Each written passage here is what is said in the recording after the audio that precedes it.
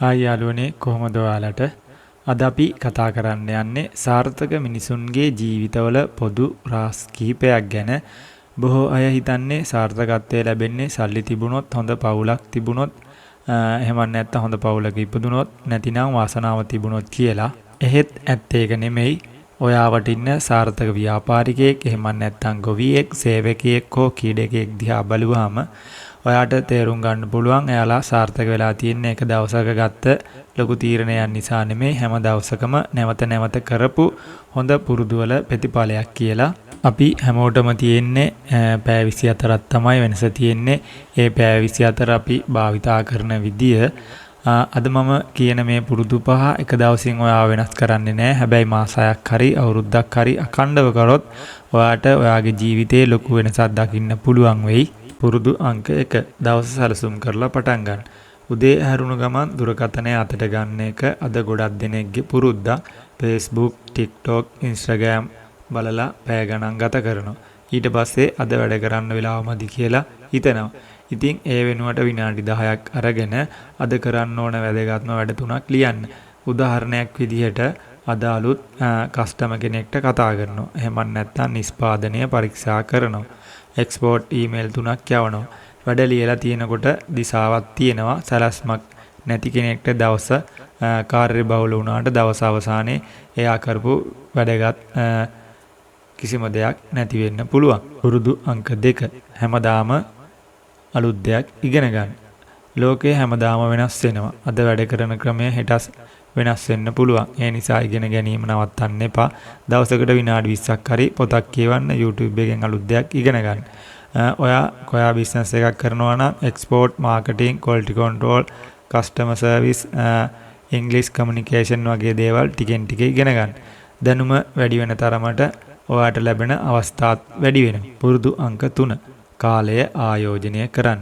ඉතින් මම කලින් කිව්වා අපි හැමෝටම තියෙන එකම පැය 24ක්.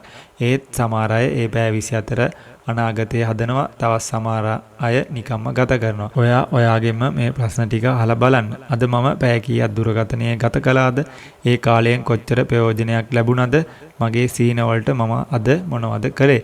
කාලය කියන්නේ ආපසු ගන්න බැරි වත්කමක්. ඒ නිසා කාලය සල්ලි වගේම පරිස්සමෙන් පාවිච්චි කරන්න අපි නිතරම වග බලා ගන්න ඕනේ. පුරුදු අංක 4 නිරෝගී ශරීරයක් තියාගන්න එක. ව්‍යාපාරයක් හදනවා කියලා සෞඛ්‍ය අපි අමතක කරන්න හොඳ නැහැ. හොඳ නිින්දක්, ප්‍රමාණවත් වතුර, ව්‍යායාම, හොඳ ආහාර. ඉතින් ඇත්තටම මේවා සුළු දේවල් වගේ පෙනුනත් දිගු කාලීනව අපි ශක්තිමත්ව වැඩ කරන්න ශක්තිය ලැබෙන්නේ මේ පුරුදු නිසා. ඉතින් ඔයාට කොච්චර සල්ලි තිබ්බත් සෞඛ්‍ය නැත්නම් ඔයාට ඒ සාර්ථකත්වයේ ඒ රසය විඳින්න ගොඩක් අමාරුයි. පුරුදු අංක 5 දවසෙන් දවස ටිකෙන් ටික දියුණු වෙන්න. ඔයා අනිත් අයත් එක්ක තරඟ කරන්න යන්න අවශ්‍ය නැහැ. ඔයාට තරඟේ තියෙන්නේ ඊයේ හිටපු ඔයත් එක්ක විතරයි. අද ඊයට වඩා එක පියවරක් හරි ජීවිතයේ ඉස්සරහට යන්න එක අලුත් දෙයක් ඉගෙන ගන්න. කුඩා දියුණුවක් දිනපතා එකතු වෙනකොට මාස කිහිපයකින් ඒක විශාල ප්‍රතිඵලයක් බවට පත් වෙනවා. සාර්ථකත්වය කියන්නේ එක ලොකු පියවරක් නෙමේ, කුඩා පියවර දහස් ගණනක එකතුවක්. ඉතින් යාළුවනේ අද මම කතා කරපු පුරුදු පහ ඔයාට එක දවසකින් කරන්න අවශ්‍ය නැහැ. අද එකක් තෝරා ගන්න. ඒක දින 30ක් අඛණ්ඩව කරන්න. ඊට පස්සේ තවත් එකක් ඒකට එකතු කරගන්න. ජීවිතය වෙනස් වෙන්නේ ලොකු කතා නිසා නෙමෙයි, හැමදාම කරන කුඩා හොඳ පුරුදු නිසා. ඉතින් හෙට දවස අදට වඩා හොඳ වෙනවා නම් ඒ ඔයා අද ගන්න හොඳ තීරණ හින්දා. ඉතින් කාලය ගොඩක් වටිනවා. ඉතින් ඒ නිසා ඔයාගේ ජීවිතේ අඩියක් හරි ඉස්සරහට යන්න කාලයෙන් උපරිම ප්‍රයෝජනය ගන්න. ඔයා හැමදාම කරන්න ඕන ඔයා ජීවිතෙන් ඉස්සරහට යන දේවල් විතරයි. ඒක නිසා ඉතින් මම මේ කියපු හොඳ පුරුදු පහ ඔයාගේ ජීවිතේටත් එකතු කරගන්න. ඉතින් යාළුවනේ මේ වගේ තවත් අලුත් වීඩියෝ එකකින් හම්බෙනකම් මම ගිහිල්ලා එන්නම්. ඔයාලා හැමෝටම ජය වේවා.